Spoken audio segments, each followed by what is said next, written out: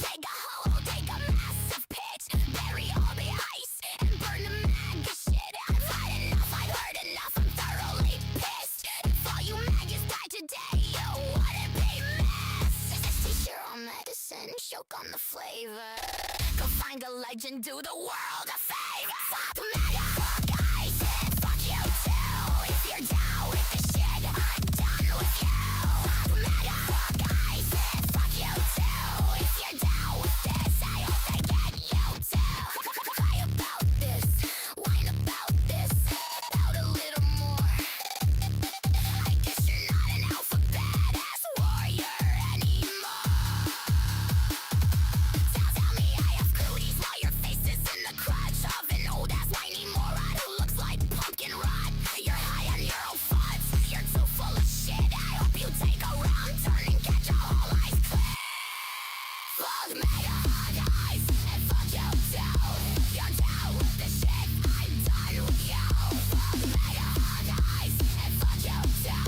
You're down with this, I hope they get you too. Obey, comply, obey, comply. Submissive sycophant till the day you die. Obey, comply, obey, comply. Submissive sycophant till the day you die. MAGA flags and white pride, fascism fueled homicide. Cheer the boot on the protester's neck. I hope your neck is the next to get ripped. Cry about math when there's a plague. Trip from mask when it's an ice raid. Laughing at the crying kids because your idiot brain got fucked up by stupid. Even your kids think you're a fucking disgrace, and I'll buy them drink for no Lamborghini your face. Fuck mega, fuck ice, and fuck you too. If you're down with the shit, I'm done with you. Fuck mega, fuck ice, and fuck you too. If you're down with this, I hope they get you too. Fuck mega, fuck ice, and fuck you too. If you're down with the shit, I'm done with you. Fuck mega, fuck ice, and fuck you too. If you're down with this, I hope they get you too. Just put yourselves out of our misery.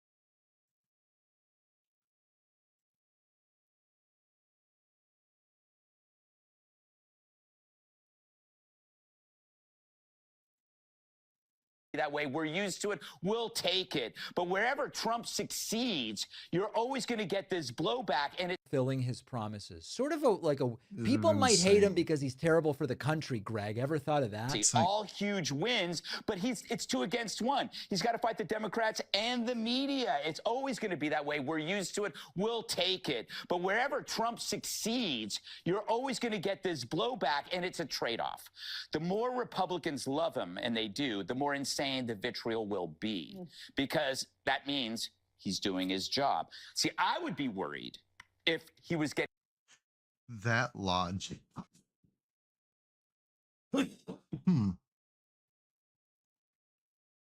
So he goes to these great lengths to try to paint Trump as, and I don't know if he realizes he's doing this. God, he looks like fucking Gollum. I don't know if he realizes he's doing this, but he's like trying to paint Trump as this poor hapless victim.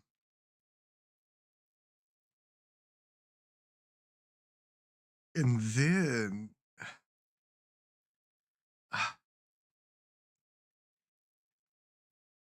then it's like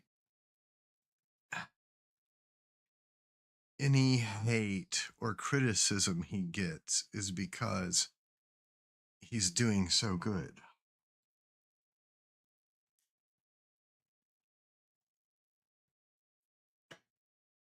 I mean, because it's quite common for that. Now, as far as the more Republicans love him,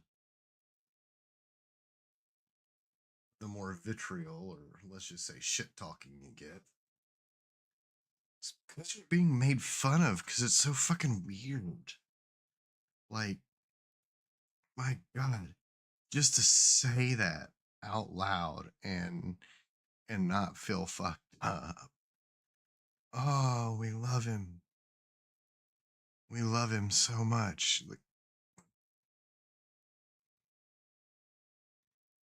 dude, why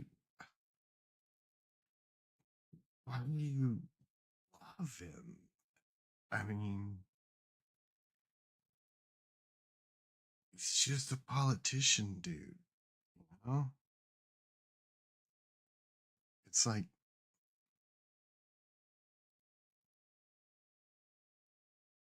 why are you loving on people like that? Like, that's like what cults do. Oh, we love dear leader. Like,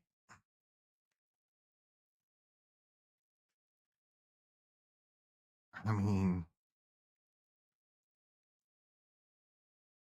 like Bernie Sanders, I think he's awesome. I think the things he says is awesome. I think his ideology is awesome. I think the things he wants to accomplish are awesome.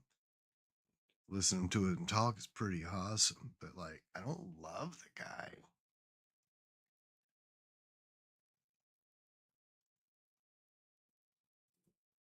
I mean, at the end of the day, I don't even know him on a personal.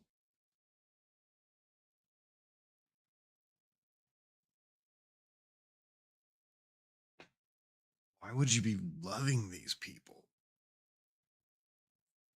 It's just fucking weird. So of course you're gonna get made fun of because of that. Like, the way you act towards them, you make them your entire fucking identity.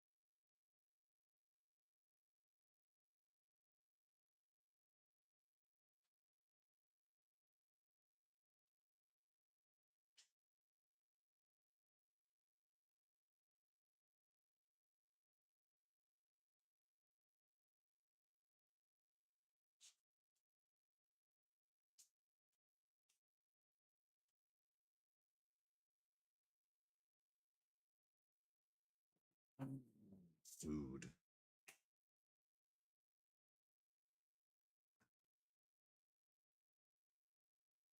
Back to Greg Gollum. Getting strange new respect from The View or Morning Joe or Dear Jessica, saying, Wait, you know what? what? I think he's really grown. He's really evolved. But the fact that Why? you hate him now more than you've ever hated him, Why would you claim someone has grown when they haven't? Like, that's the weird God. And look, it is the faces he makes gets increasingly fucked up. But why would you say, oh, when he hasn't? If anything, he just gets increasingly worse day by day. And it's like the more shit he gets away with, the more shit he does.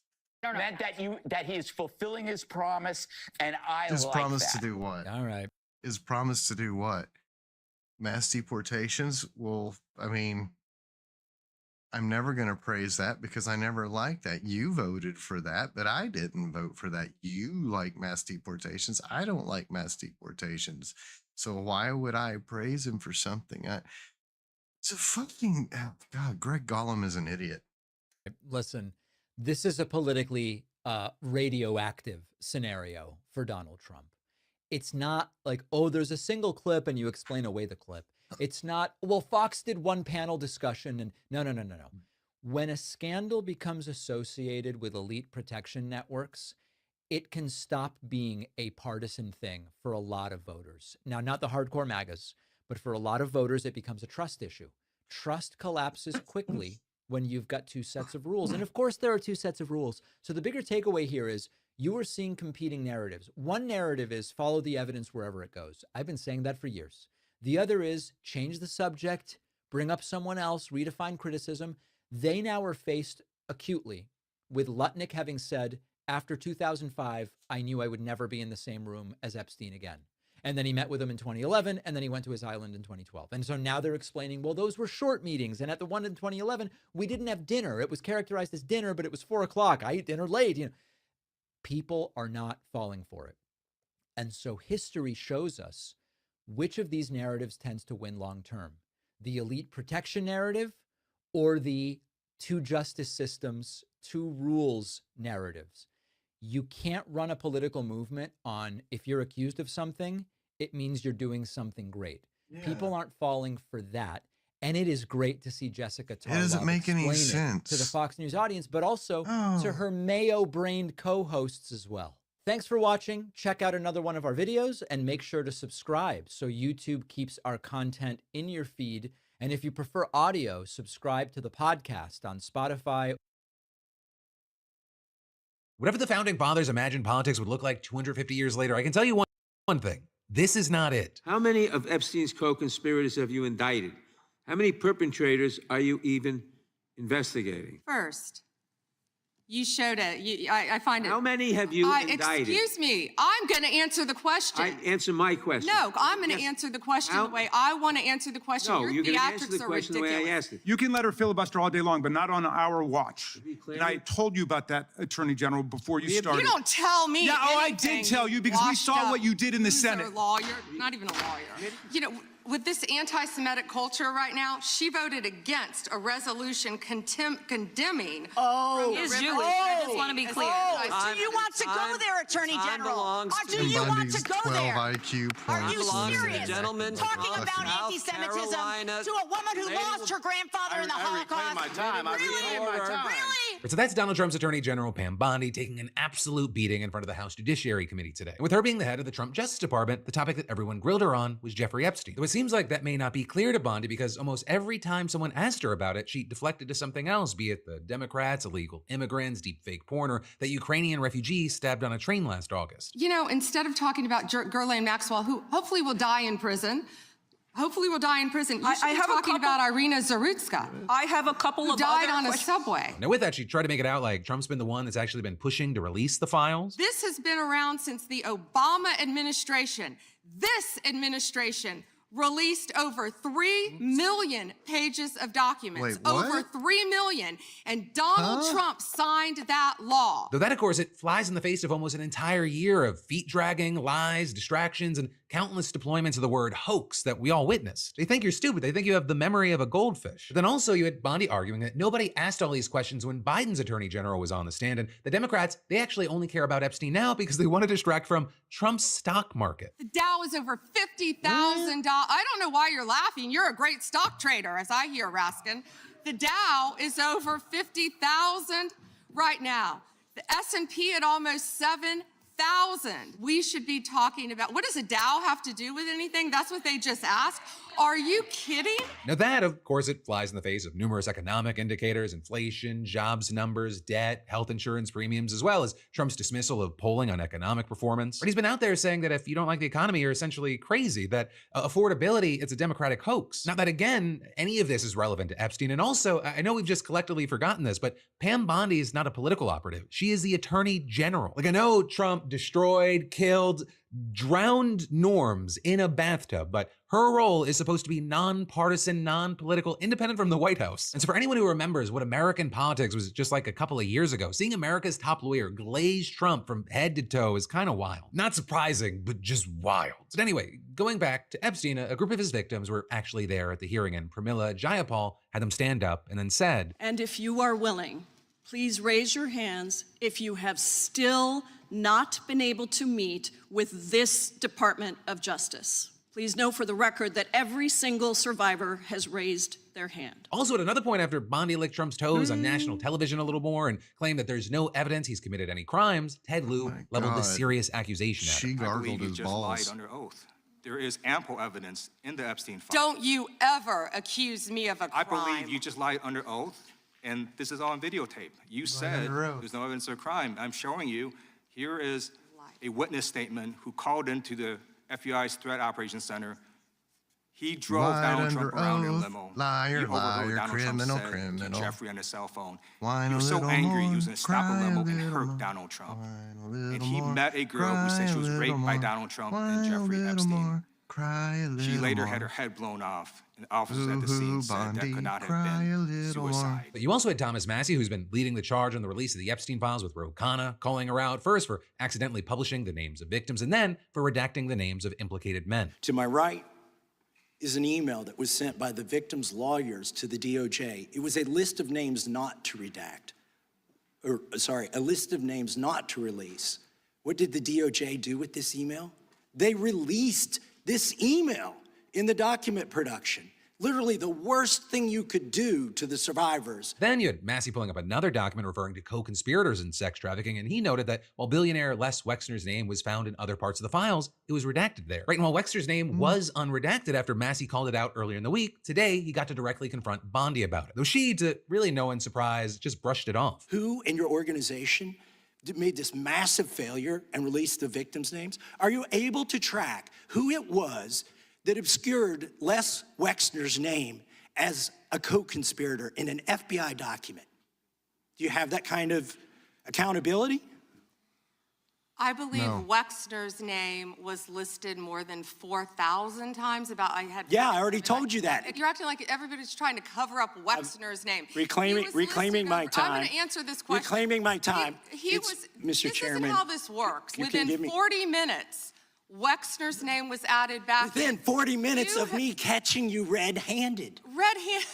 There was one redaction out where of he's over listed as a co-conspirator. And so with all this, unsurprisingly, especially if you watched the whole thing, you've had some slamming Bondi not only for not answering questions, but some even calling for her to be held in contempt of Congress. But also, the DOJ, they're not the only department that has a problem with the abuse of children, right? Because Homeland Security has now been accused of zip tying dozens of kids during a raid in October on a horse racing track in Idaho. Now, officially, they were targeting an alleged gambling ring with some 300 U.S. citizens and 100 undocumented immigrants getting taken into custody. But only 5 people were actually arrested for the gambling ring, all on nonviolent offenses. And now you have the ACLU alleging in a lawsuit that the whole thing was just a cover for an immigration raid, describing how in the process of rounding people up and herding them onto the racing track, Better Laden smashed car windows where children had taken refuge from a chilly rain. One 8-year-old boy saying that he had to pick tiny shards of glass out of his mouth. Other kids adding that guns were pointed at them, more recalling rubber bullets whizzing over their heads. And according to the lawsuit, multiple kids resisted zip tied, leaving welts and bruises on the wrist, including a 14-year-old girl seen in this photo. Now, both Trump's DHS and the local FBI office have flat out denied that any kids were zip tied, but later you had some FBI officials clarifying that no young children were zip tied. But then you also had local police acknowledging that, in fact, yes, minors had been zip tied. And this week, you had CBS News confronting the sheriff who led the raid, and also just to give you an idea of his character, he did the operation on horseback and describes himself as a cowboy. But anyway, he essentially played the playbook, right? At first, he denied it, and when they fact-checked him right there on the spot,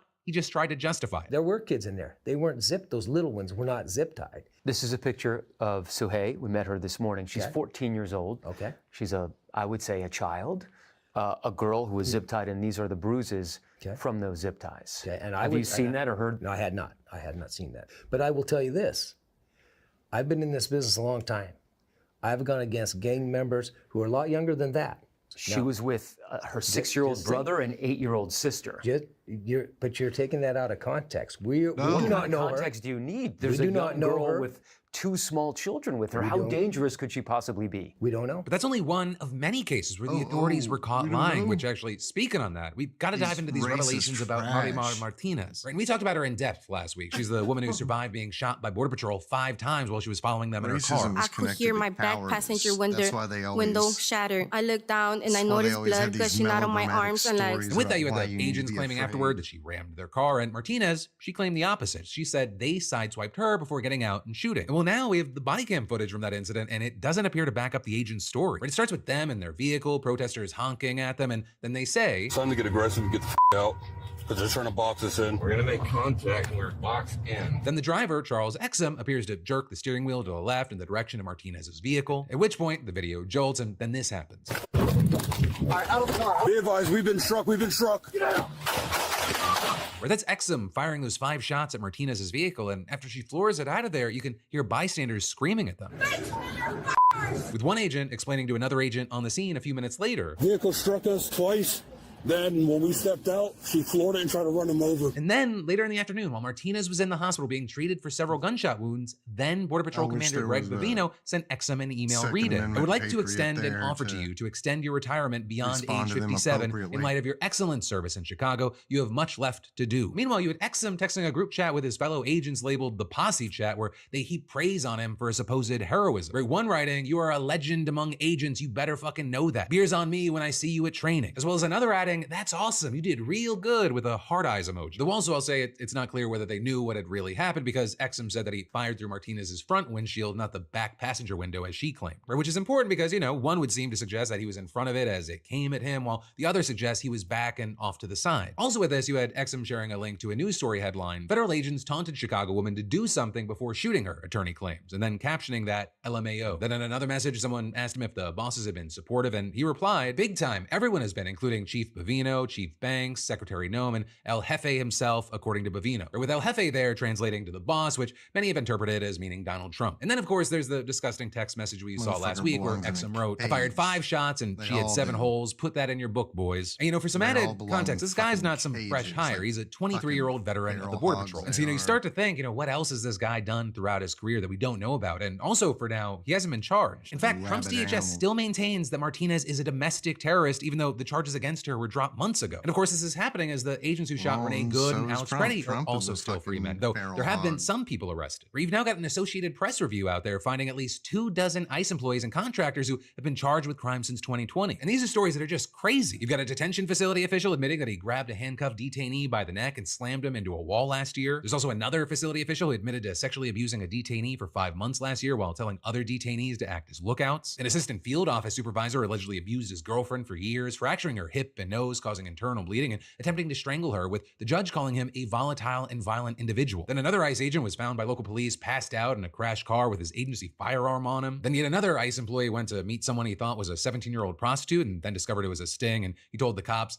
"I'm ICE, boys." You also had a third agent being pulled over for driving drunk with his 2 kids in the car, and then he demanded to know whether one of the deputies arresting him was Haitian, and he threatened, "I'll run him once I get out of here, and if he's not legit, he's taking a ride back to Haiti." And then lastly, at least for right here, a deportation immigration officer allegedly took cash bribes from bail bondsmen in exchange for removing ICE detainers that ICE had placed on their clients, targeting them for deportation. Now, many of these, they happened over the past year. Others go further back, but you have experts warning that this kind of shit, it's likely just going to get worse and worse, right? Arguing that by weakening oversight, shortening training, doubling its workforce, making its culture more aggressive, and arguing that agents have absolute immunity for their actions on duty, the Trump regime, they've just left the door wide open for abuse. And, with all this, you had at least one group, the Jewish Democratic Council of America, trying to appeal directly to Donald Trump to end this madness. Or because you had them saying that they wanted to air a segment during one of Fox and Friends' ad breaks, since the president's known to watch it from the Oval Office. It starts with a voiceover saying federal agents are executing and terrorizing American citizens, detaining and tear gassing children, creating chaos, and then it cuts to Joe Rogan. Are we really going to be the Gestapo? Where's your papers?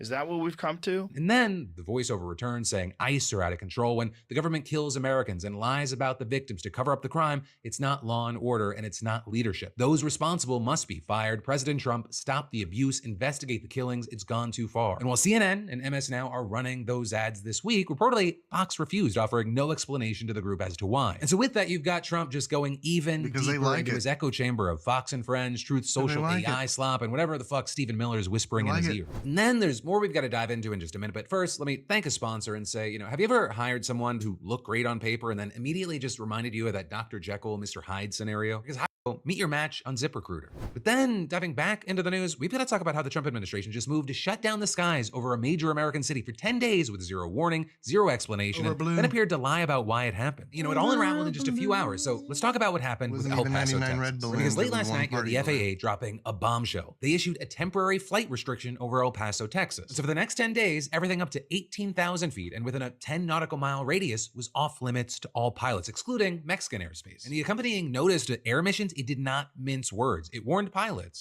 who do not adhere to the following procedure may be intercepted, detained, and interviewed by law enforcement/security personnel. It said violators could face civil penalties or criminal charges, and then came the kicker. They said the United States government may use deadly force against the airborne aircraft if it is determined that the aircraft poses an imminent security threat. So naturally, people wanted to know, well, okay, what the hell is going on? And then the FAA's answer was just special security reasons. That's it. No other details. So they also issued a second restriction for Santa Teresa, New Mexico, which is a small community about 15 miles northwest of El Paso Airport, but the focus, it stayed on El Paso because, it's not just some small town. We're talking about the 23rd most populous city in America with roughly 700,000 residents. Then add in Ciudad Juarez just over the border. You're looking at a metropolitan area of over 2 million people. El Paso's airport alone had nearly 3.5 million passengers last year. So when the airport posted on Instagram that all commercial, cargo, and general aviation flights were shut down through February 20th, you had people understandably confused and pissed off. Right? To be fair, the FAA does issue temporary flight restrictions all the time for wildfires, hurricanes, a Super Bowl, stuff like that. But shutting down airspace over a major U.S. city for 10 days with no explanation, that's highly unusual. And apparently, it's also pretty uncommon for these notices to go out without carve-outs for first responders and military aircraft. So with all this, you had a CNN correspondent covering aviation putting it bluntly this morning, saying a ban on all flights over a U.S. city, including medevac and police helicopters, has no modern precedent. Even the post-9/11 restrictions and the ongoing ones over D.C. and New York were handled differently. Also, Congresswoman Veronica Escobar, whose district includes El Paso, released a statement saying, the highly consequential decision by the FAA to shut down the El Paso airport for 10 days is unprecedented and resulted in significant concern in the community. With her also adding that based on what her office gathered, there is no immediate threat to the community or surrounding areas, and that there was no advance notice provided to my office, the city of El Paso, or anyone involved in airport operations. And so she urged the FAA to immediately lift the restrictions, and actually, guess what? Shortly after, they did exactly that. You had the FAA announcing that the temporary closure was lifted, saying there is no threat to commercial aviation. All flights will resume as normal. Right, and then, around the same time, you had an unnamed Trump administration official telling reporters that the shutdown happened because Mexican cartel drones had breached the airspace, but the military they dealt with it and everything was safe now. You actually had Transportation Secretary Sean Duffy quickly echoing that version of events on social media, saying the FAA and DOD acted swiftly to address a cartel drone incursion. The threat has been neutralized and there is no danger to commercial travel in the region. The restrictions have been lifted and normal flights are resuming. And so, interesting story, except it started to unravel almost immediately. With Congresswoman Escobar coming out and saying that cartel drones being the reason is not the information that Congress has been given. She also pointed out that there have been drone incursions from Mexico going back to as long as drones existed, saying, so this is nothing new. And she's right. Back in July, in fact, the deputy director of the Homeland Security Department's counter-drone program told Congress that 27,000 drones piloted by organizations hostile to law enforcement had flown within 500 meters of the border over just 6 months in 2024. 27,000. So if cartel drones were really the issue, why now? Why this specific response? months. And when you see sources, they started telling a very different story. You had the New York Times reporting that the shutdown had something to do with a test of new counter-drone technology by the military at a nearby army base. Then another person briefed by Trump officials backed this up, saying that the FAA's decision was prompted by concerns about the risks that this technology could pose to other aircraft in the area. And then other outlets just continued to confirm this account and then add to it. There was some reporting that the weapon being tested was a high-energy laser, and that because the Pentagon wanted to test it before the FAA was on board, the agency's administrator, Brian Bedford, decided to just close the airspace without alerting White House, Pentagon, or Homeland Security officials. And this is there have also been reports that what this anti-drone technology actually ended up being used against may have been a party balloon that had just been mistaken for a drone. So just to recap, the official story is cartel drones, we stopped them, all good, but the actual story appears to be that the military wanted to test anti-drone weapons, and they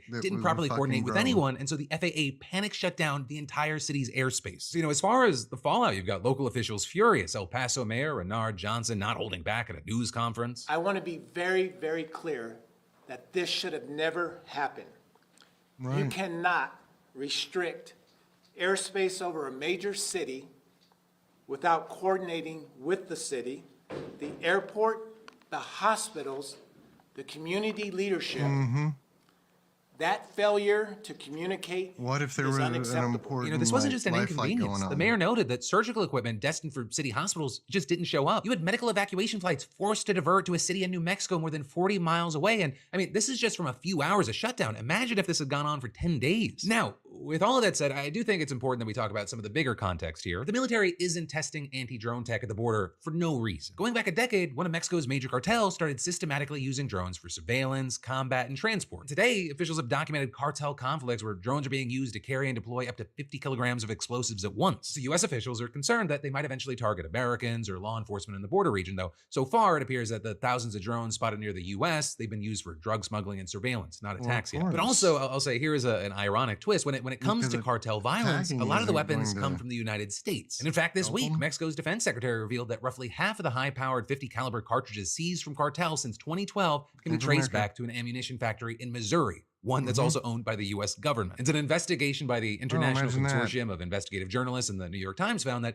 the ammo from that plant has become a staple for organized crime in Mexico and has even been used by mass shooters in the United States. Now, the Army has defended this by saying that commercial sales from the plant, they save taxpayers around $50 million annually by lowering the government's costs for ammunition. But also, it's not just ammunition. You also had Mexico's defense secretary saying nearly 80% of weapons seized by the current administration came from the United States. The Mexican government actually sued major American gun makers, alleging that their business practices fueled violence in Mexico, though the Supreme Court threw that case out. But all of this, it brings us back to why this story and this situation matters. It reveals a dangerous pattern. You've got a government taking extreme action with no transparency, no coordination with local officials, and then lying about why it happened. A major American city had its airspace shut down, affecting hospitals, emergency services, and hundreds of thousands of people because federal agencies couldn't be bothered to communicate properly. And then when caught, they just blamed cartel drones instead of admitting that it was one of their own weapons tests that caused the chaos. And then there's even more we've got to dive into in just a minute, but first let me thank a sponsor and say, lean in if your phone bill, it makes you sigh loudly every month, because this is for you. Today's sponsor, Mint Mobile, Flash DeFranco, or scan that QR code.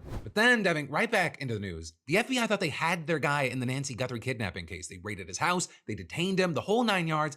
There's just one problem. He says he has no idea who Nancy Guthrie even is, and now this case just got a whole lot messier. So here's what went down. Yesterday, the Pima County Sheriff's Office detained a suspect during a traffic stop south of Tucson, and they questioned this guy about the disappearance of Nancy Guthrie, the mother of Today Show host Savannah Guthrie, who vanished from her home over a week ago. Shortly after, he had the FBI launching a search at his home in Rio Rico, Arizona, about an hour south of Tucson, right near the Mexican border. And the timing, it seemed very significant because all of this happened just hours after the FBI released photos and videos of a potential suspect caught on camera at Nancy's door the night that she disappeared wearing a ski mask. And the footage reportedly generated a massive spike in tips, and so people were genuinely hopeful that this could be the break that investigators needed. But then things started to unravel. The homeowner, the suspect's mother-in-law, came out and told reporters that her son-in-law had nothing to do with this, saying he's just a delivery driver doing his job, and she flat out said, "No, that's not him. No, I can assure you that's not him." And then it was confirmed that the guy got released. And as far as his side of things, his name is reportedly Carlos, and he gave an interview to Telemundo where he explained that yes, the FBI searched his house with a warrant damaging both his front and back doors in the process.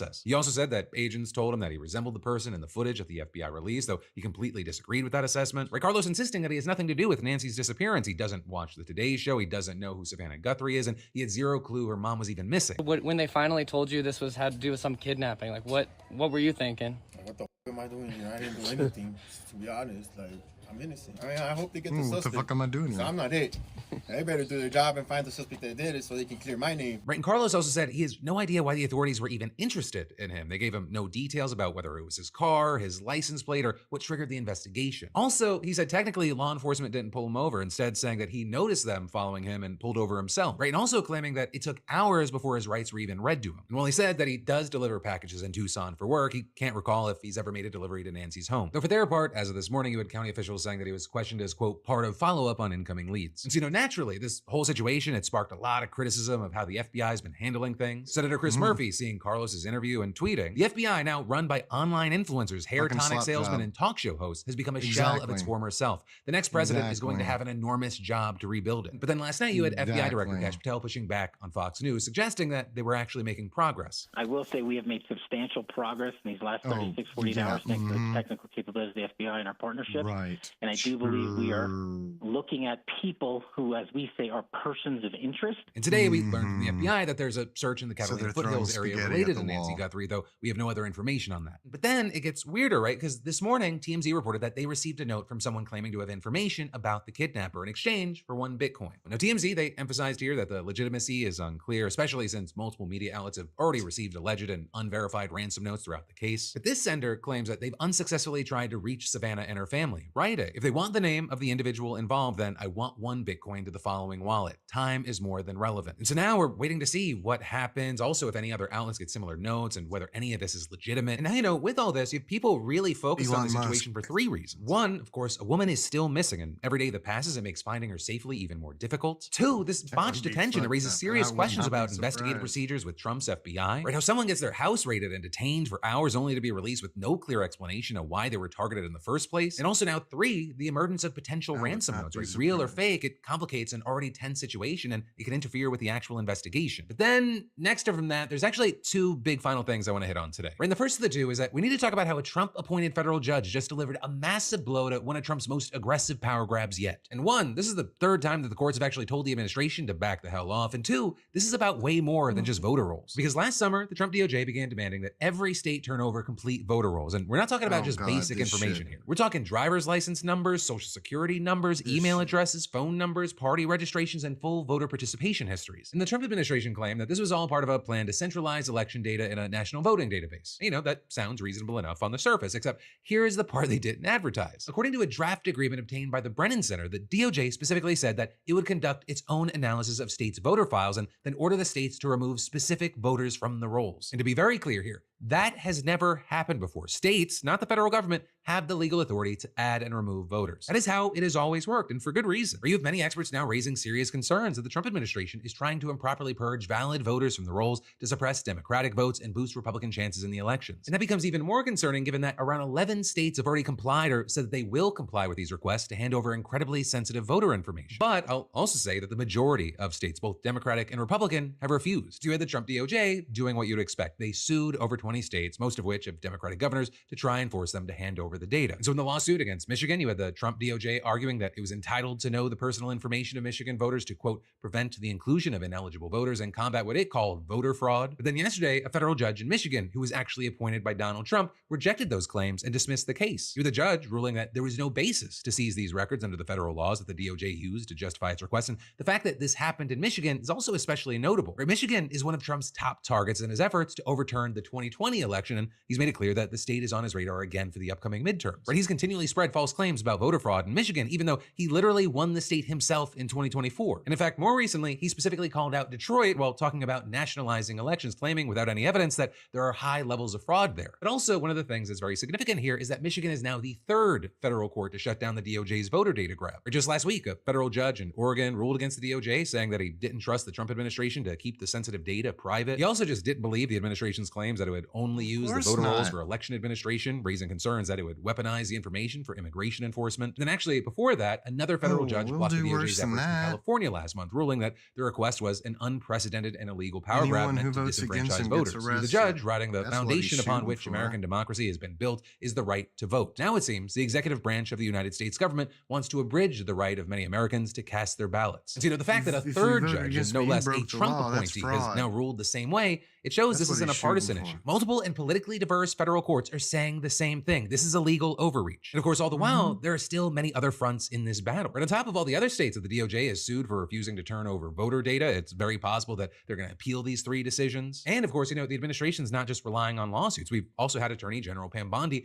weaponizing other branches of the government to coerce states into compliance. I mean, just last month, amid the Minnesota ICE takeover, Bondi sent Governor Tim Walz a letter demanding that he turn over voter data if he wanted to restore order in his state. A move that, of course, drew widespread backlash, and some experts described the letter as a ransom note, and others calling it blackmail. And so ultimately, this is something we're going to have to keep an eye on because it is a fundamental attack on how American elections work. The federal government has never had the power to unilaterally remove voters from state rolls, and for good reason. It is a system that is ripe for abuse. If the DOJ, whether it be Trump's DOJ or someone else's DOJ, can force states to hand over sensitive personal data and then decide who gets purged, that's not protecting election integrity. That is undermining it. But then, with all of that said, it brings us to the final thing that we should talk about today, and that is YouTube's lawyers just stood up in court and said with a straight face, we're not social media. Whether you buy that or not, this trial could completely reshape the internet as we know it and cost tech giants billions of dollars. Because we're watching the kickoff of a massive landmark trial centered around a now 20-year-old woman identified by her initials KGM, who's accusing Meta and YouTube of building addictive platforms that hooked her at a very young age and destroyed her mental health. Now, it's also worth noting that this suit originally included Snap and TikTok as well, but they actually managed to avoid trial by reaching settlements under undisclosed terms. So now we're left with Meta and YouTube in the hot seat. Now, as far as the specifics of the lawsuit, it alleges that Meta and YouTube made calculated design choices, infinite scroll, autoplay, algorithmic recommendations, specifically to make these apps more addictive to kids and boost their own profits. And during the trial, KGM's lawyers did not pull punches, calling Meta and YouTube digital casinos intentionally designed to get children and teens addicted. Where they claim that the platforms have engineered addiction in children's brains and argued that tech executives knew the risks and said they didn't just build apps, they built traps. They didn't want users, they wanted addicts. It's a pretty damning language, but here's what makes it interesting. Lawyers for the tech companies are claiming that KGM's mental health issues were caused by her difficult family life, not social media. And they're denying that their products intentionally harm children, pointing to safeguards that they've enacted in recent years and arguing that there is no scientific evidence proving that their apps cause addiction. They're also notably leaning on federal law, claiming that it shields them from liability for content posted on their platform. But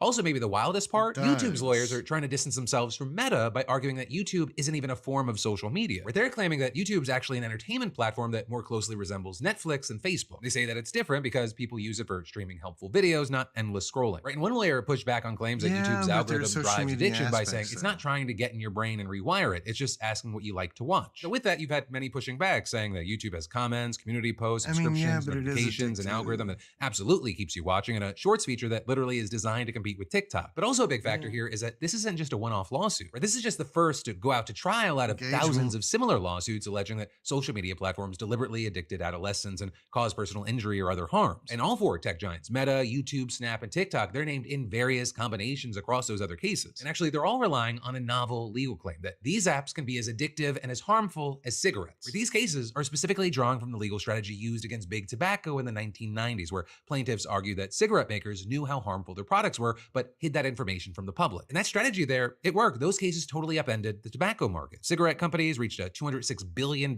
master settlement and agreed to stop marketing to minors, which paved the way for strict tobacco regulations and a massive decline in smoking. And now, with KGM's suit being the first to go to trial, it's being seen as a massive test case that could determine how thousands of other similar cases play out. And so if this case swings in her favor, it could trigger a cascading effect similar to big tobacco, potentially putting tech firms on the hook for billions of dollars in damages and forcing them to completely redesign their platforms. I mean, we're talking about potentially revolutionizing or destroying, depending on your point of view, the entire industry. And all the while, there's a lot of debate happening out there about whether social media is actually as harmful as tobacco. The science is still developing, and the comparisons, they're not perfect. But what's not debatable is that these platforms are designed to maximize engagement, and that engagement equals profit. But whether that crosses the line into deliberate harm, especially when it comes to children, that is exactly what this trial is trying to determine. And YouTube's claim, that it's not social media, it does feel more like a legal maneuver more than reality, where the platform's evolved way beyond just posting videos. The algorithm doesn't just ask what you like to watch. It learns your patterns. It serves you content based on what keeps you engaged the longest and uses psychological triggers to keep you coming back. But it seems like someone could easily argue that's not passive entertainment, that's active engagement optimization. But with all that, this is the Philip DeFranco Show. show. Yes, it's a news show, but it's also a conversation. So in addition to you leaving thoughts, comments, reactions to any of the news that stood out to you today, for this news specifically, do you think tech platforms are genuinely addictive in a way that causes harm, or is this placing too much blame on the companies for individuals and family issues? And also, do you agree with, do you buy YouTube's argument that it is not like social media? But then, my friends, you beautiful bastards, brings us to the end of your Wednesday Philip DeFranco show. Another daily dive into the news in the books. Well, of course, I want to say I love yo faces, and of course, I'll see you right back here tomorrow. There's even more that you can watch right now. A brand new episode of my podcast, Crashing Out, just went out today, and it was a ride. Bad Bunny says he's gonna wear a dress. Bad Bunny's not gonna sing in English. He's a foreigner. I love to be like, I hope that I can age like you when it's very obvious that they've had plastic surgery. She looked in the camera and said, all the cool people are going. I'm like, you should be banned from schools. If you were involved or you knew and you did nothing, we allow abuse survivors to get a rock and get a throw in.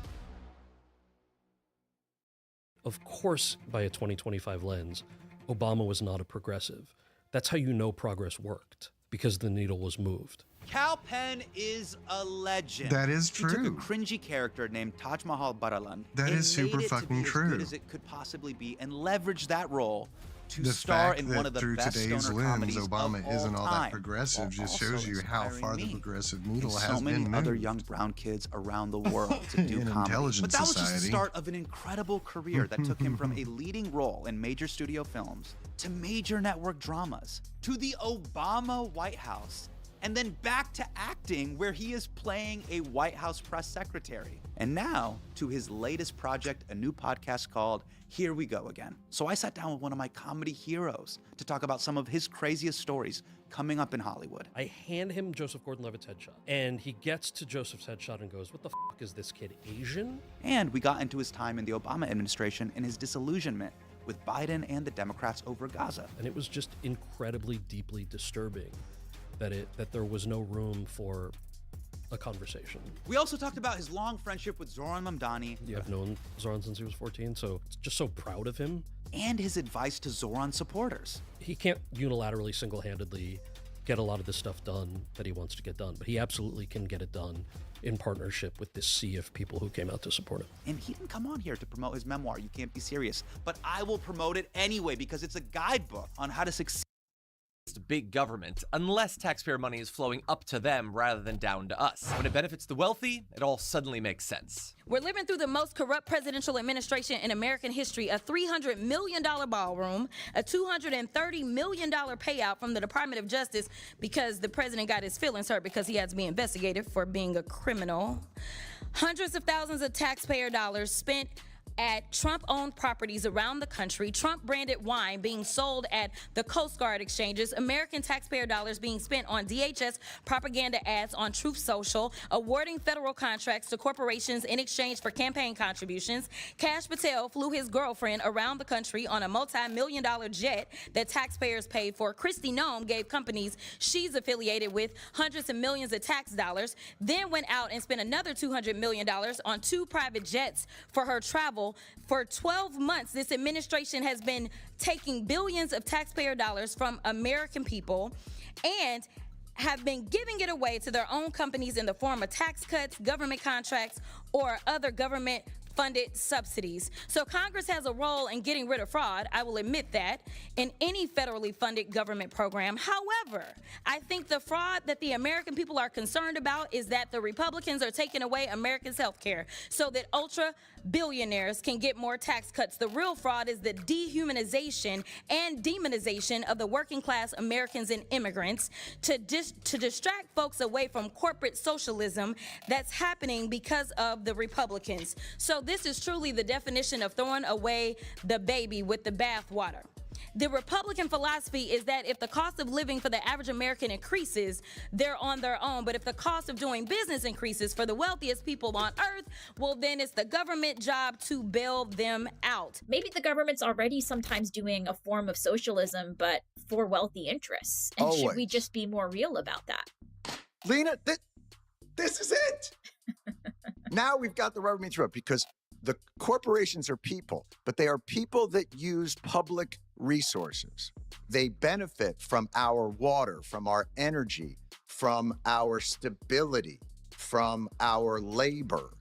And yet those things are not compensated for. And And taxing them is then seen as their get-out-of-jail-free card. If you tax us, we will flee. But we don't ever have to acknowledge the amount of benefit that we get from the public infrastructure that has been built by tax dollars that is not ours, that is the people's, not the corporations. And when you start from that premise, doesn't this whole thing look a little bit different? I think so. And you know, what was so interesting was even the ways that we do government shutdowns.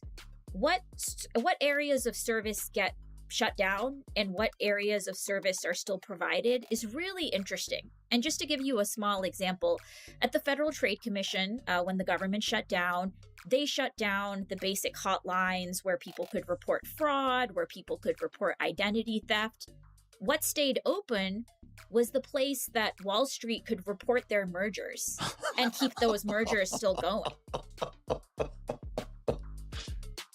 Priorities, Lena.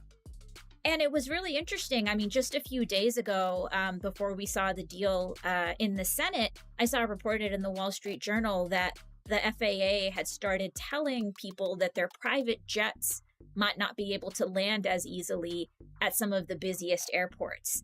And it was a really interesting question, like, should private jets have been stopped on day one of the shutdown, maybe? You know? They're exempted by, they're the essential workers. So the entire U.S. economy growth can be tracked down to 7 companies and their AI growth specifically.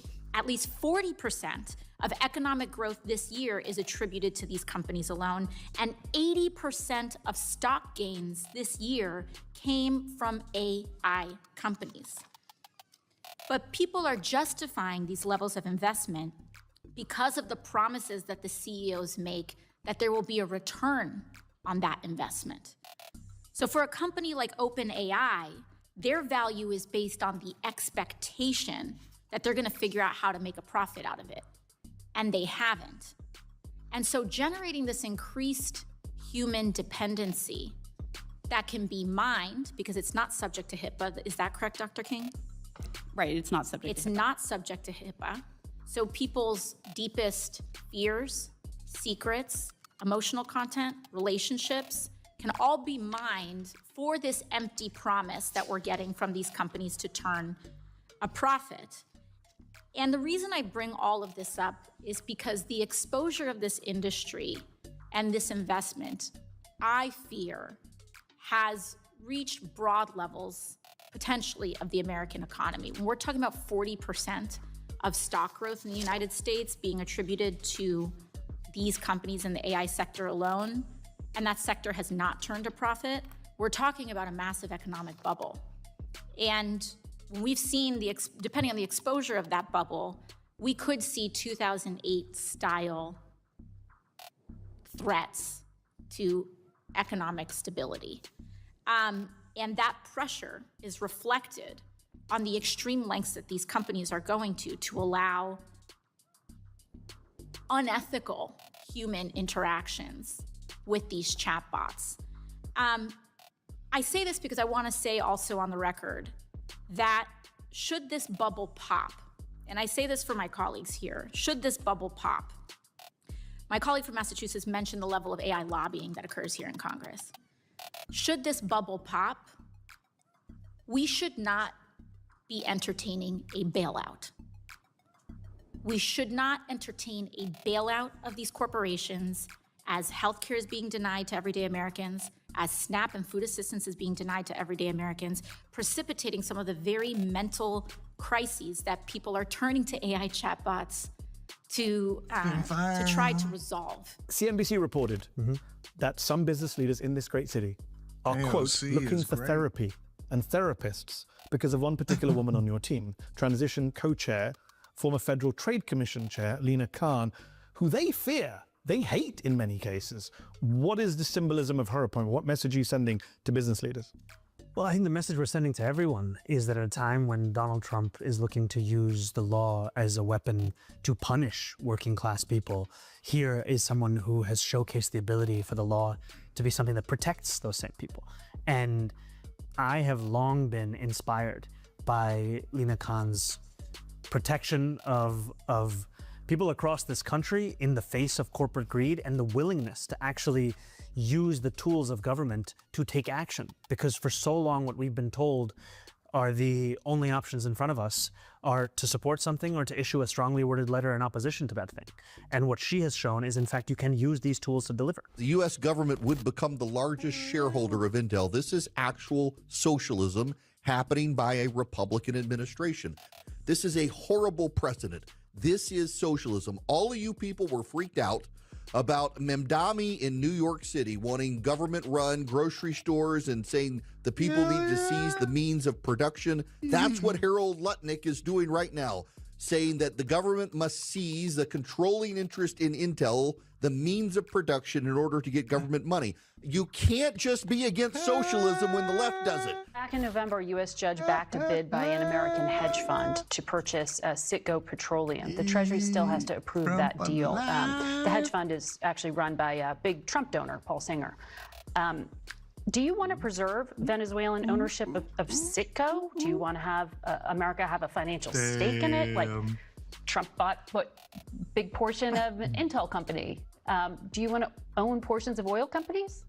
Again, that's going to be up to American businesses. That's certainly a very real possibility. The Citgo sale is part of bringing redress to creditors of the United States for the Venezuelan government, and of course, one of the capital providers in that transaction is a hedge fund provider you just mentioned. There's lots of American investors and American refining entrepreneurs that are involved in that. So to take Venezuelan-owned refineries that are in the United States and legally, through an auction process, transfer them to American owners and American entrepreneurs in the refining business, I think that's fantastic.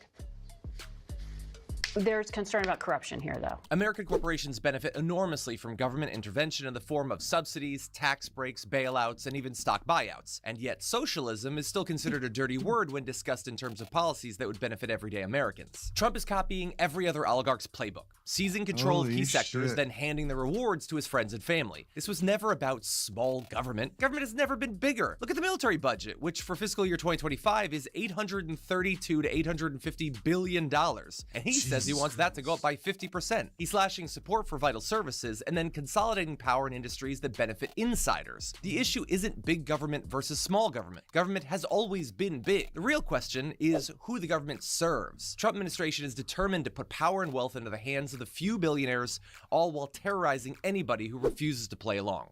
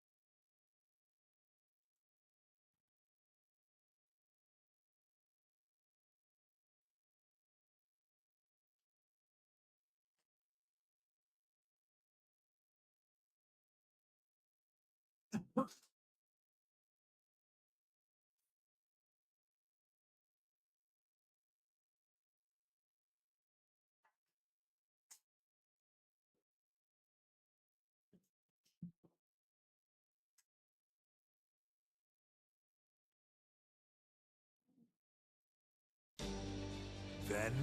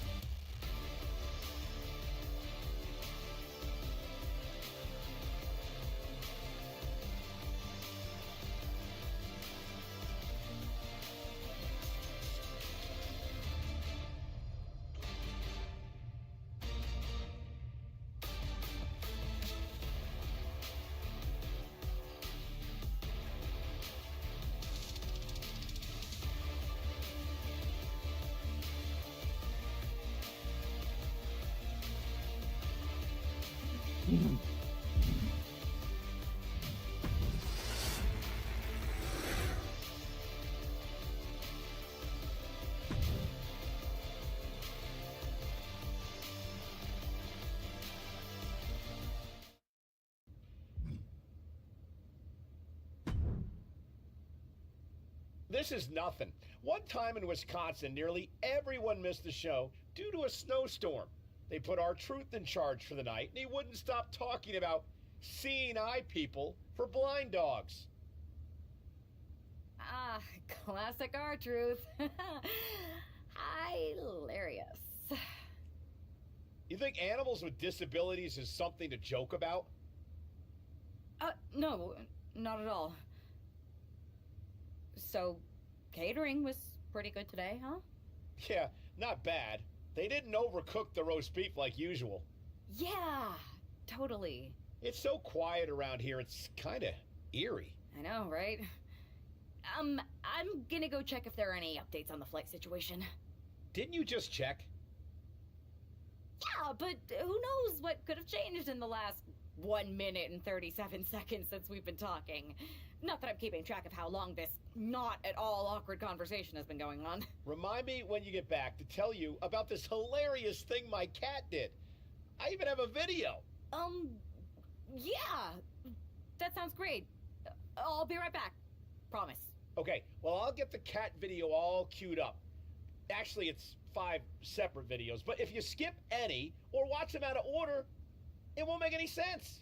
Ooh, I think I just felt my phone vibrate. Could be an update. We'll pick this up later, okay? I'll be here.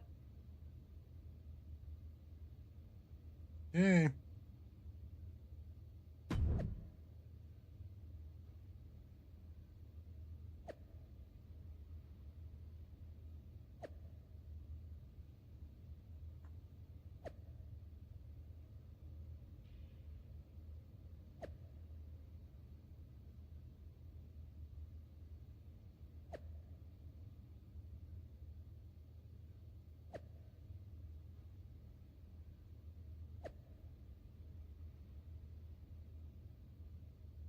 Oh no! Gauntlet match. Because of travel delays, we have one half of the Unity Champions as the sole member of the SmackDown roster standing against who knows how many members of Mutiny. I respect the gumption of standing up against the odds, but there's a thin line between courage and self-destruction. If there's one thing we know about this woman, it's that she doesn't quit. Oh! Stomping! Ouch! Right across the knee. Heel locked in. This is painful. Fallon Henley has lost any sense of command in this one. This can't be how Fallon envisioned tonight going.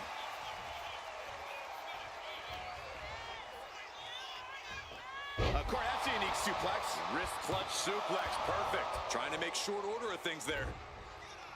Ooh, well-planted knee. Ouch. No.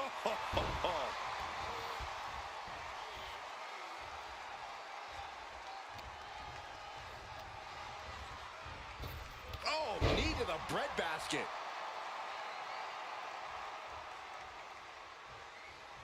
Elbow drop. And she's taking a serious beating here. She needs to reconsider her approach quickly. Ah, knee smashing the face.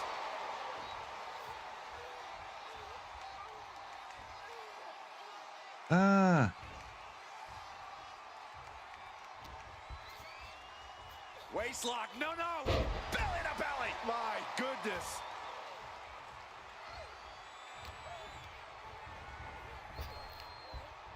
Oh, geez, you might break a neck that way. Off into the pin. She breaks the count quick. Got to change something up with the pin technique.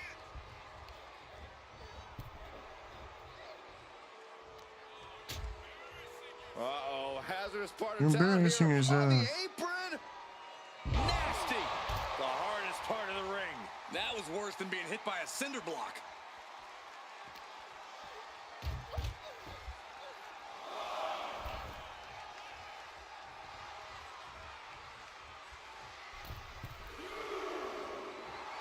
She's saying it's on, WWE Universe. Let's go. Look out! Axe handle from the middle. Fallon Henley has lost any sense of command in this one. This can't be how Fallon envisioned tonight going. There's a small package driver. And into the count. 2 count. And that ends the gauntlet for Fallon Henley. She's out of the match. Another one down, but 3 more entrants remain. Next in the gauntlet is Mi Chin. This should be interesting. Come on. Come on. Come on. Come on. Come on. Come on. Since 1999, SmackDown has taken over the weekly airwaves, no matter the night or the channel. Boom! She's firing off attacks at a high clip. Yeah, she isn't going to let up anytime soon.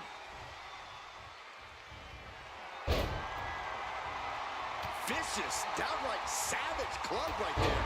Standing drop kick. Great ups.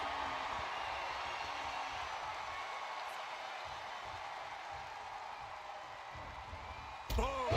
Oh, shit. On the mark. Ooh, she puts the brakes on that.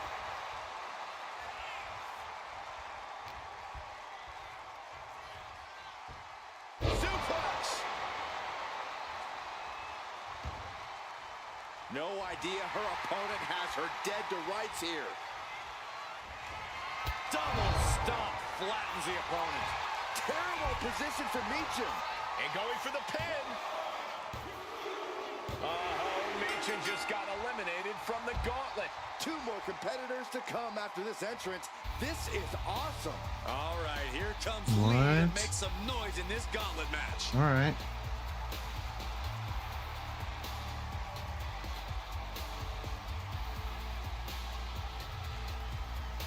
When you hear the word gauntlet, the stakes are high. Mathematically speaking, you don't stand a chance. Danger can come to you at any point until you're the last combatant standing. And the momentum's clearly against West now. And West has to quickly pull something out of his sleeve here. Great agility. It takes a certain level of athleticism to pull that off. Point of the elbow, nailed it. Peeling their opponent off of the ground, hooking the leg for a fisherman buster. Shoulders down for the count. And an early kick out. Clearly a bit too soon for a cover. Being set up in the corner for something. Uh-oh. Face first in the turnbuckle. And he retaliates. A clinic of counters being put on by these competitors. Perched up top, could be looking for a superplex. Maybe something more. This is going to be big. This is going to hurt. A Falcon Arrow from up top.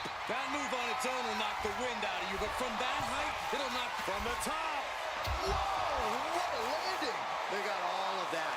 just taking flight and soaring through the sky.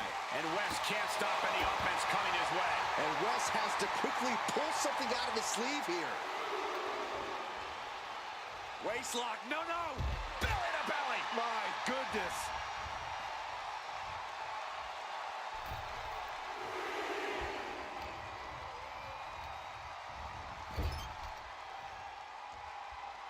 Ooh, and fights back. Wes is pushing back now. He's still in this, and he's making sure everyone knows that. Oh my God, a small package driver. 2, he kicks out at 2. Getting that shoulder up now is huge.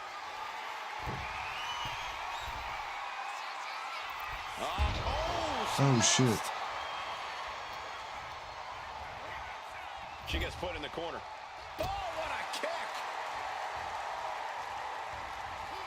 Oh, she was ready with the counter. Oh, clothesline. And the momentum's clearly against Wes now. And Wes has to quickly pull something out of his sleeve From the top. Oh, went for it Shit. all, but gets nothing. Clubbing blow.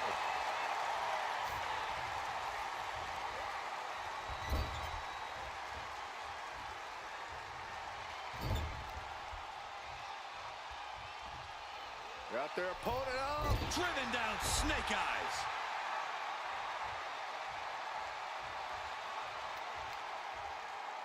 Caught that and reversed it.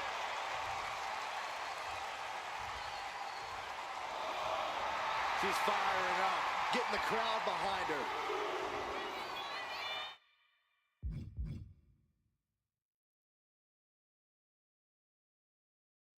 That's it.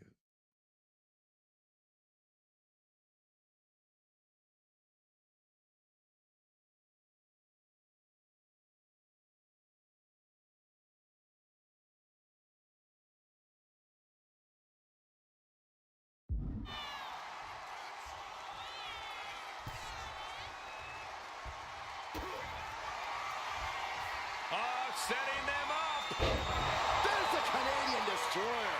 Wow. Wesley is in serious danger. 2. We have an elimination. Wesley is out of here. It's been insane since the opening bell, but we're not done yet.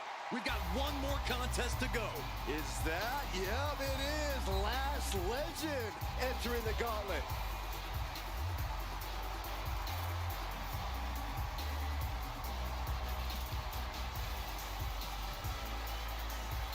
Jesus.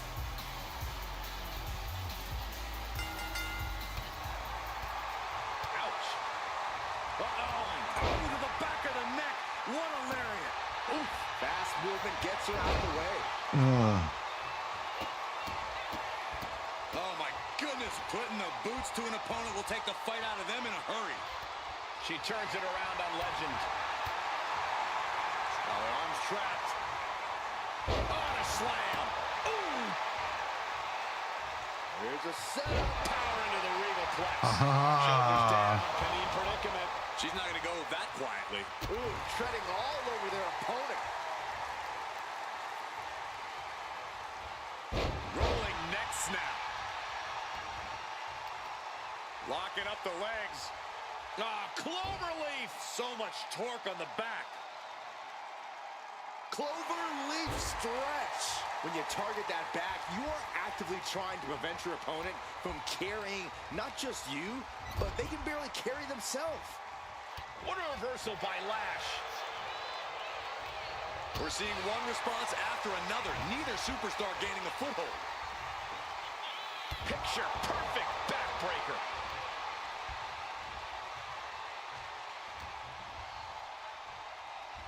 Of course, that's a unique suplex. Wrist clutch suplex. Perfect. Legend having trouble gauging the offense here. Legend showing some vulnerabilities in her game. And Lash could be wasting time playing to the crowd.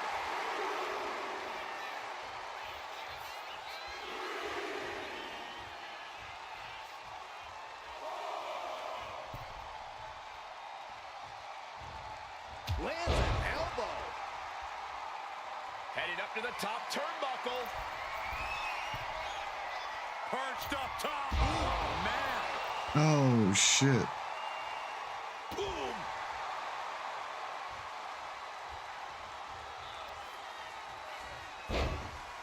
Targeting the leg. Uh-oh. This is not going to be good. This could be it. This one could be over.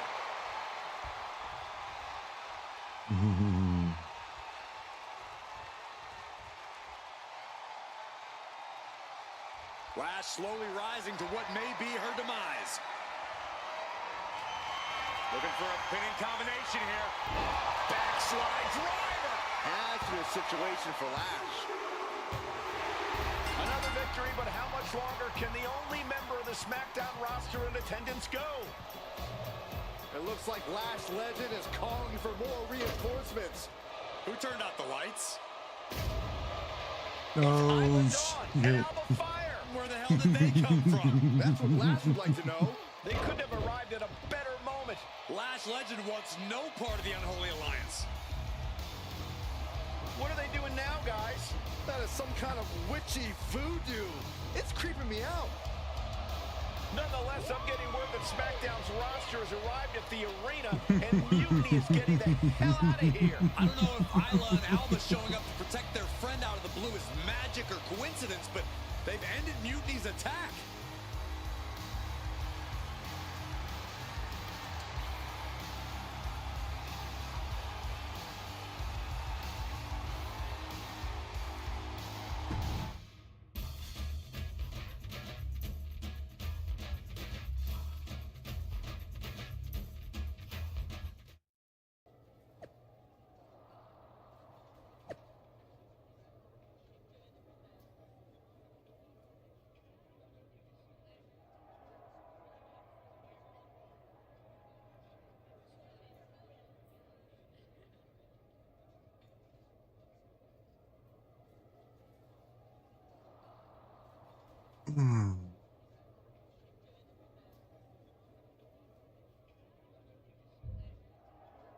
Ooh, he's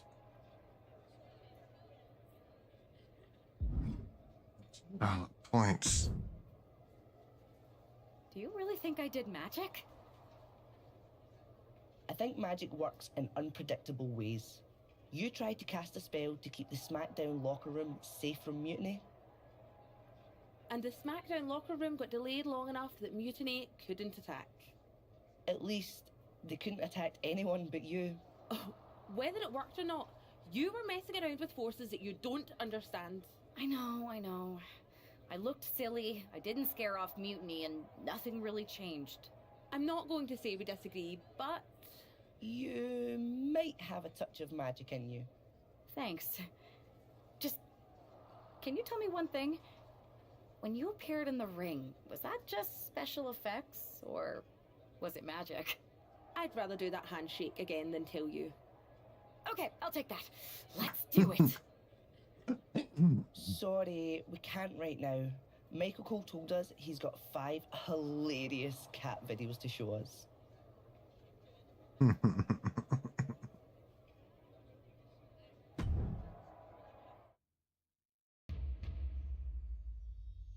Wrestling has more than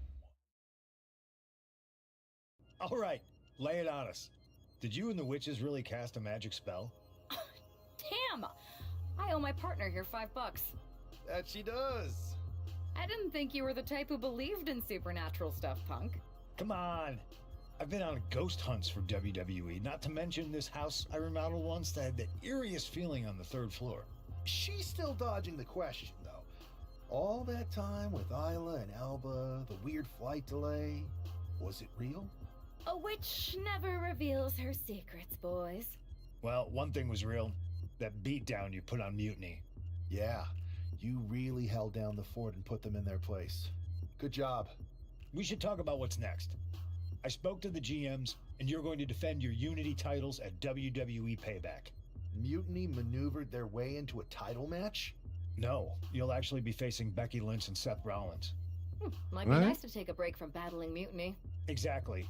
And since you're facing a team from our side, there's no chance of the titles going back to NXT. We don't plan on losing either way. Even though they're not directly involved in the match, I still think Mutiny might try to interfere. And since we all know that Hunter and the board won't do anything about it, I'll be in your corner to watch your backs. Deal? Sounds good to me.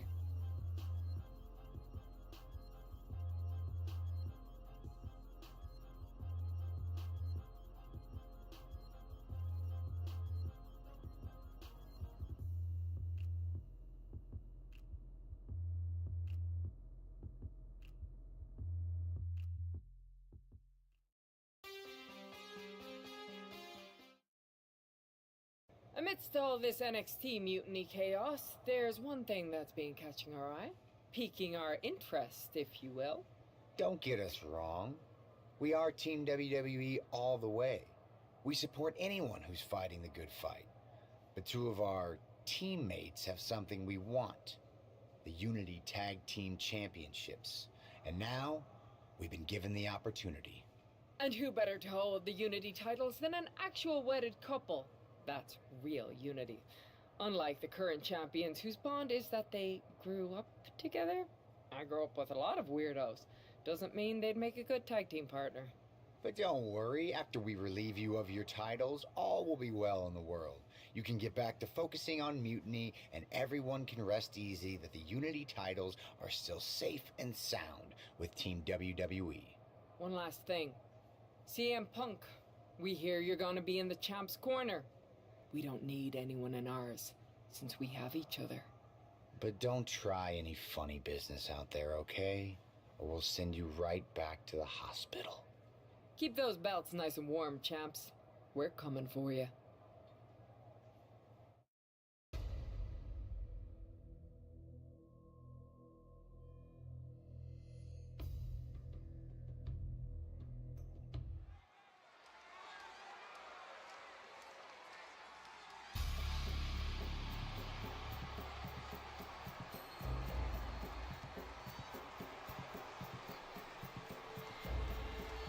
And here they are, the Unity Champions, joined by their mentor, CM Punk.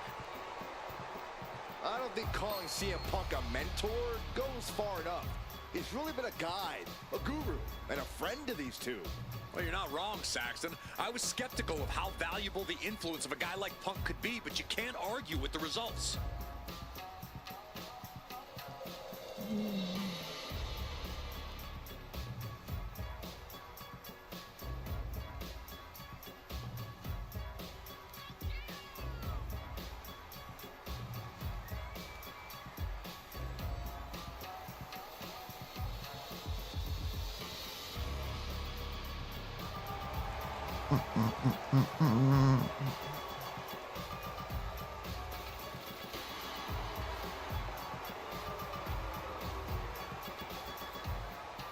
These two have put Mutiny on pause, and Becky and Seth are on high alert.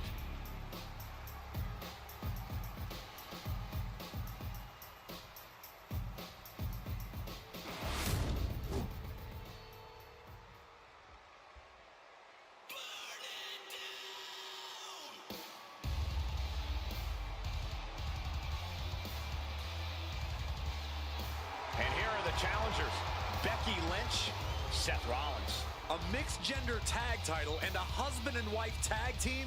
It's easy to feel like these Unity titles were made for Seth and Becky. Unfortunately, they forgot to put them on their wedding registry, so they're going to have to earn them in the ring, just like everyone else.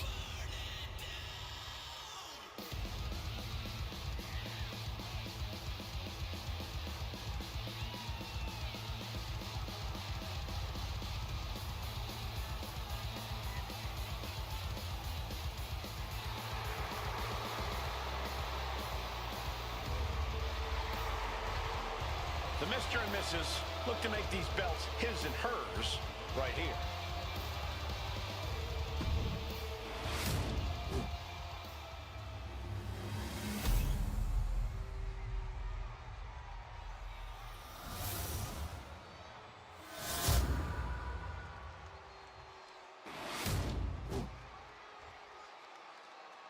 The following contest is a intergender tag team match and is for the NXT Unity Tag Team Championship.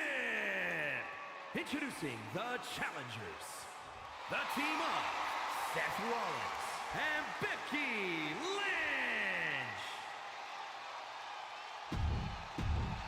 There you see what's at stake.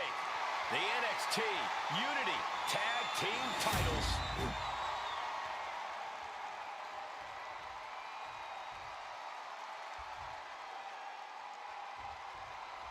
This Unity title match is the reason the championships were created. For the best in WWE competing in the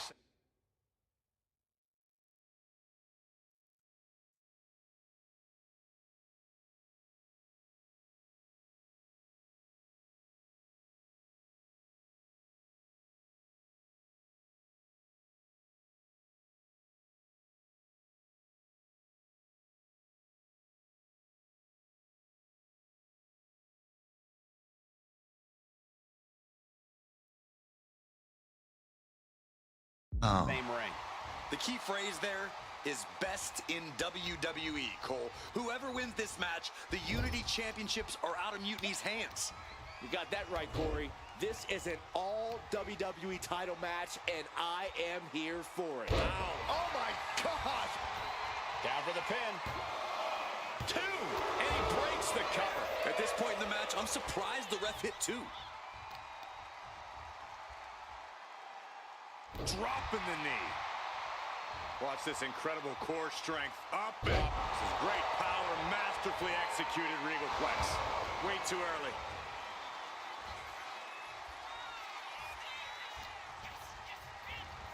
Leaning on the turnbuckle here.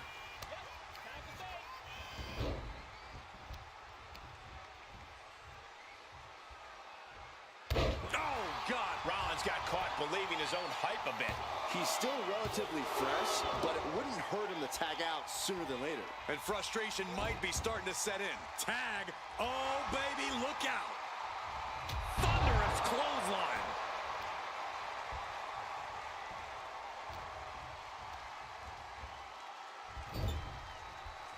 Lands a timely reversal.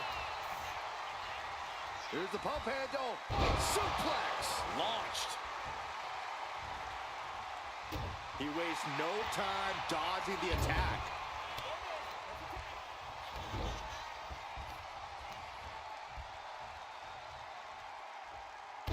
Oh, my gosh. And right into the pin. Uh-oh. And she's not done yet. Impressive to not even allow a 2 count at this juncture. Rolling neck snap. Brutal. Oh, the heel hook. Stretch.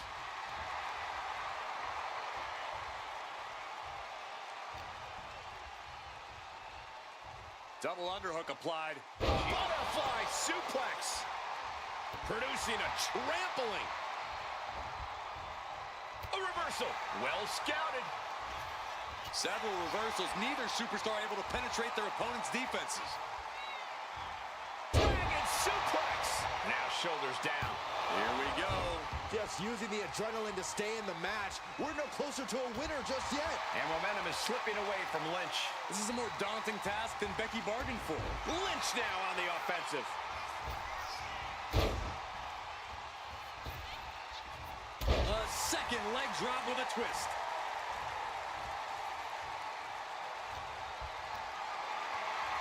Looking for a scoop slam, but from behind, inverted DDT connects.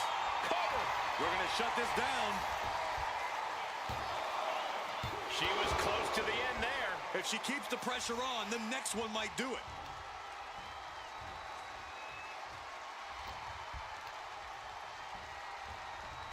Placing her in the corner. Counters and counters. Each superstar looking dialed in.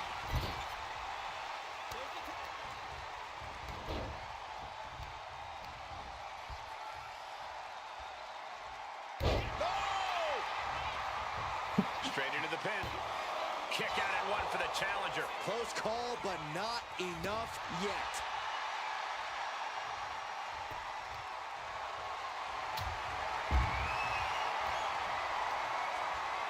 Buckle up. This is gonna hurt. Still going. Oh, no, it's roll up. An early kick out for the challenger. An almost instantaneous kick out there. A lot of double underhook. The armbar. The focused attack on the arm. Not a... Needs to escape and does. Gets free from that painful hold.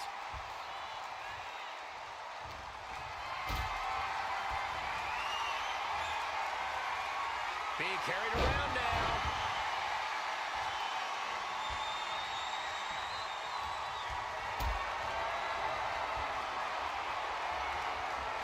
This is a situation you want to avoid. This could do it. Strong kick out there. Easy kick out there, but they'll get harder soon. She reverses and creates an opportunity. Trying to work the arm. Now in control. They're going to have to try to fight out of this. Body shots connecting. He's getting pumped, he's getting focused, and he's taking the WWE Universe with him. Gets driven into the corner.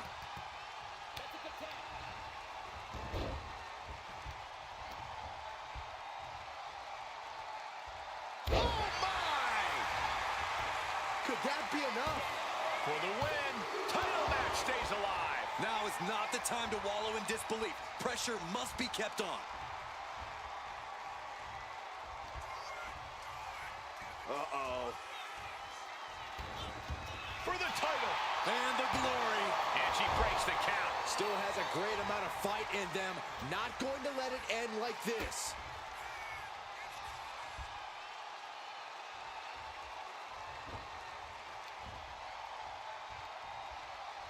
Hooked up. Great power. Inverted suplex. And the challenger's really not looking so hot now.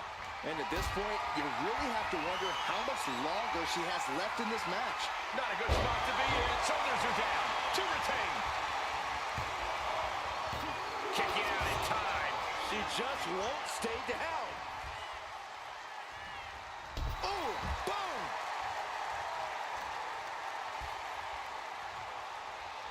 Hooking the arm for a Fujiwara armbar.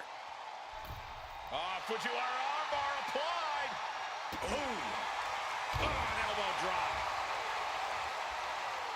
Now she's got a chance to best Lynch here. Kick to the gut. Set up. Kane destroyer. The champ delivering when it counts. Cover. We have a cover.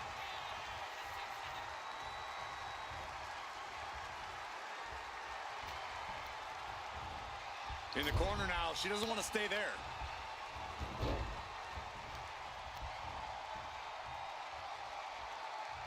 Ow! Constant pressure being kept on Becky. The man's got to figure something out. Kick out. She still has life. Getting dangerously close to ending it all there. She made the tag. No, he gets the shoulder up. And he only stays down for a 1 count. And the count stops short of 2. Still gonna take a massive effort to keep him down. Rollins just a step too slow. Now he's looking for some momentum. This could be his chance to rally. Oh, God. Big punch finds its mark. Turns it around. Going for the backslide. Oh, my. Into a driver. Devastating maneuver by the champion.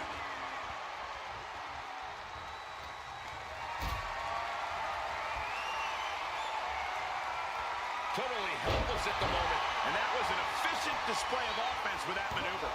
The challenger fending off the 2 count. We are this far into the match. Where is this energy coming from? Wow! Lots of damage done to the challenger now. At this point in the match, I say make the tag and recover as much as you can. Perched up top. Jesus Christ, this is so cheesy. Somersault plunge out of the floor. Soaring out of the ring, looking to do as much damage as possible. And he gets set back into the ring.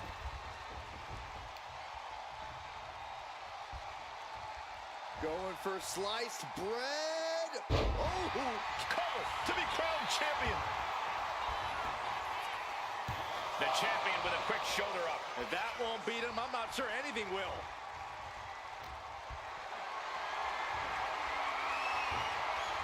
Oh, man. Turns that into a devastating shot to the knee. The CPU is literally just like shitting nacho cheese all over this match. Seth Rollins just... Interesting. There's the... Oh, my goodness, that was even worse. That's it. The title's going nowhere. This puts the pressure back on the champion.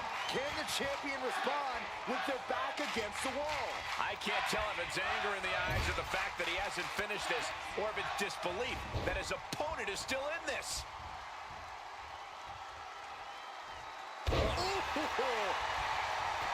And quickly now, shoulders down for the win. The tag team champions retain. Here are your winners, and still the NXT Unity Tag Team Champions, the Devil King Moot-Kay and Dirty King Moot-Kay. They've done it, a well-deserved victory against tough competition. And it's more than a win. This match is a reminder of what everyone is fighting for. Not just It's just that championships, they but weren't a fighting break back from at the all unity until chaos like right and at the a very glimpse end, and all of a what sudden, WWE was. And very hopefully convenient reversals.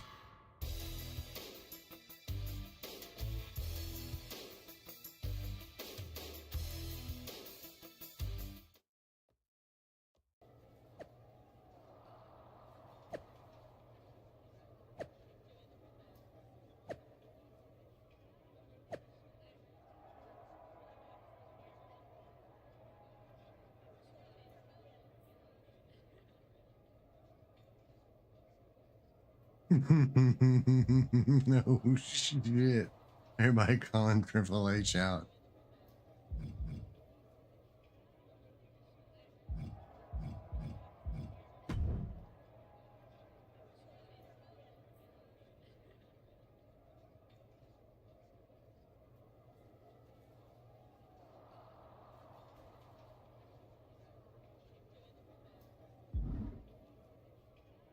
I don't want to blow the points on him. He doesn't need them.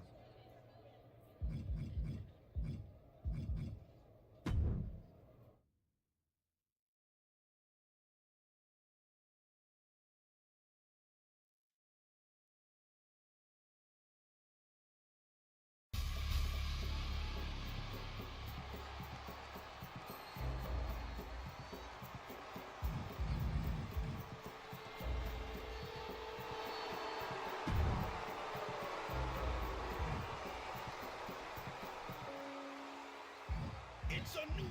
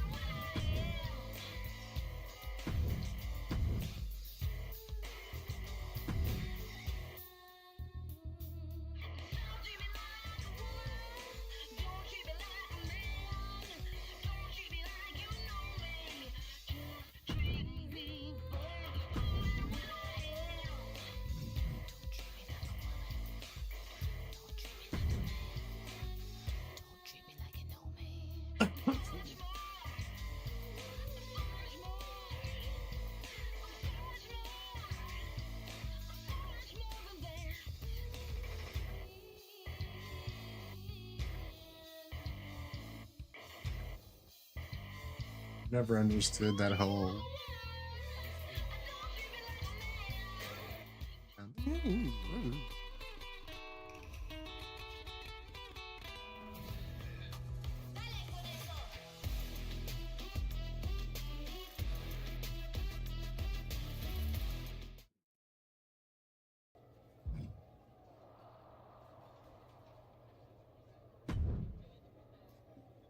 That was a big win.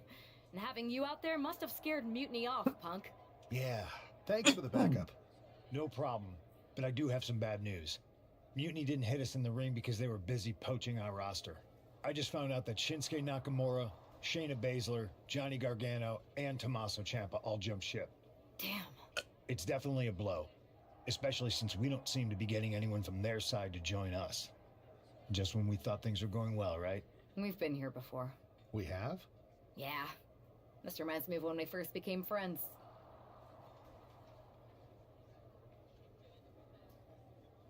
We dominated the neighborhood kids in just about every game there was.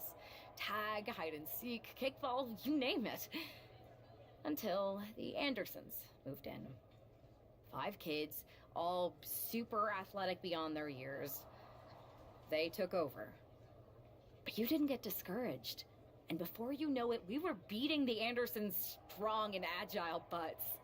And Wrong the in Andersons are Andersons. mutiny in this analogy? Yes. It's why I knew you were the right person to come in to help us take them down. You're right. We can't let this stop our momentum. I hate to interrupt here, but we need to figure out what's next. How are we going to counter Mutiny getting stronger? Sorry, we got a bit off track. Which brand should we focus We're on? not. Keep in mind, if I go to SmackDown, I only have live event matches lined up.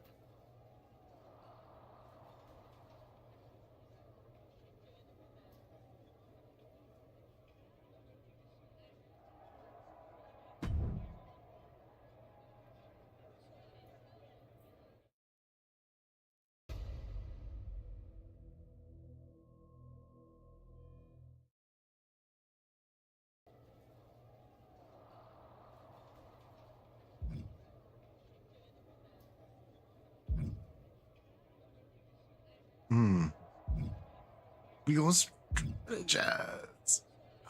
Jey Uso.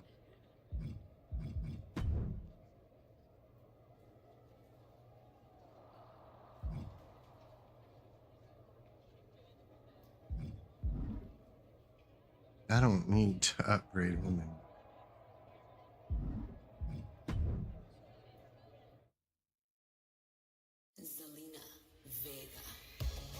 I'm gonna check something.